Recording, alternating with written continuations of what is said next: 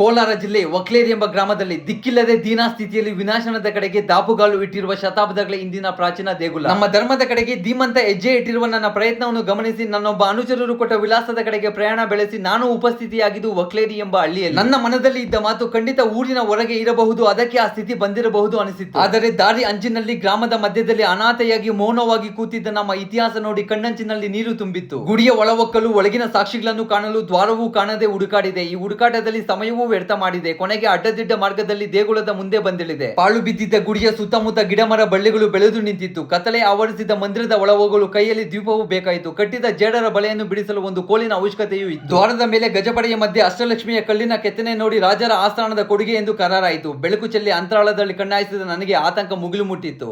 ಗರ್ಭಗುಡಿಯ ಒಂದು ಸಾಕ್ಷಿಯು ಜೀವಂತ ಇಲ್ಲವೆಂದು ಬೇಸರವಾಗಿತ್ತು. ಕನಿಷ್ಠ ಪಕ್ಷ ಈ ಗುಡಿಯ ಮೂಲ ದೇವರು ಯಾರೆಂದು ತಿಳಿಯಲು ಸ್ಥಳೀಯ ಗ್ರಾಮಸ್ಥರನ್ನು ಭೇಟಿ ಮಾಡಿದೆ. ವಿಪರ್ಯಾಸ ಏನೆಂದರೆ ಯಾರೊಬ್ಬರು ಕುಲಂಕುಷವಾಗಿ ಹೇಳಲು ಸಾಧ್ಯವಾಗದೆ ಕೆಲವರು ಶಿವನ ದೇಗುಲ, ಕೆಲವರು ಕೋದಂಡರಾಮನ ದೇಗುಲ ಎಂದು ಖಾತ್ರಿಪಡಿಸಿದರು. ಪೂರ್ವಜರ ಪ್ರಾರ್ಥನೆಗಳನ್ನು, ಆಗಿನ ಅಲಂಕಾರವನ್ನು ನೋಡಿರುವ ಈ ದೇಗುಲವು ಈಗ ಪೂಜೆಗಳನ್ನು ಕಾಣದೆ, ಮಂತ್ರಗಳನ್ನು ಕೇಳದೆ, ಶಿಲ್ಪಿಗಳ ಶ್ರಮ, ಪಂಡಿತರ ಧರ್ಮ, ಪೂರ್ವಿಕರ ಪ್ರೇಮ ಎಲ್ಲದಕ್ಕೂ ದೂರವಾಗಿ ಕಥೆಯಾಗಿ ಉಳಿಯಲು ಮುಂದಾಗಿದೆ. ಜೀರ್ಣೋದ್ಧಾರಕ್ಕೆ ದಾರಿ ಇದ್ದರೆ ಪ್ರಯತ್ನಿಸೋಣ, ಇಲ್ಲದಿದ್ದರೆ ಸ್ವಚ್ಛವಾಗಿಡಲು ಕೈ ಜೋಡಿಸೋಣ. ಈ ಸ್ಥಿತಿಗೆ ಜನರ ನಿರ್ಲಕ್ಷ್ಯವೋ ಇಲ್ಲ ಕಾಲದ ಅವಮಾನವೋ ಎಂಬ ಪ್ರಶ್ನೆ ನಿಮ್ಮ ಮುಂದೆ ಇಟ್ಟಿದ್ದೇನೆ. ನಿಮ್ಮ ಉತ್ತರ ನೀವು ಕೊಡುವ ವಾಕ್ಯಗಳಲ್ಲಿ ಹುಡುಕಲು ಕಾಯುತ್ತೇನೆ. ಖಂಡಿತ ನಿಮ್ಮ ಈ ಕೋಲಾರ ಹುಡುಗನ ಪ್ರಯತ್ನವನ್ನು 4 ಜನಕ್ಕೆ ಕಳುಹಿಸಿ ತಪ್ಪದೆ ಅನುಸರಿಸಿ ಬೆಂಬಲಿಸ್ತೀರಾ ಅಂತ ನಂಬುತ್ತಿದ್ದೇನೆ. ಧನ್ಯವಾದಗಳು.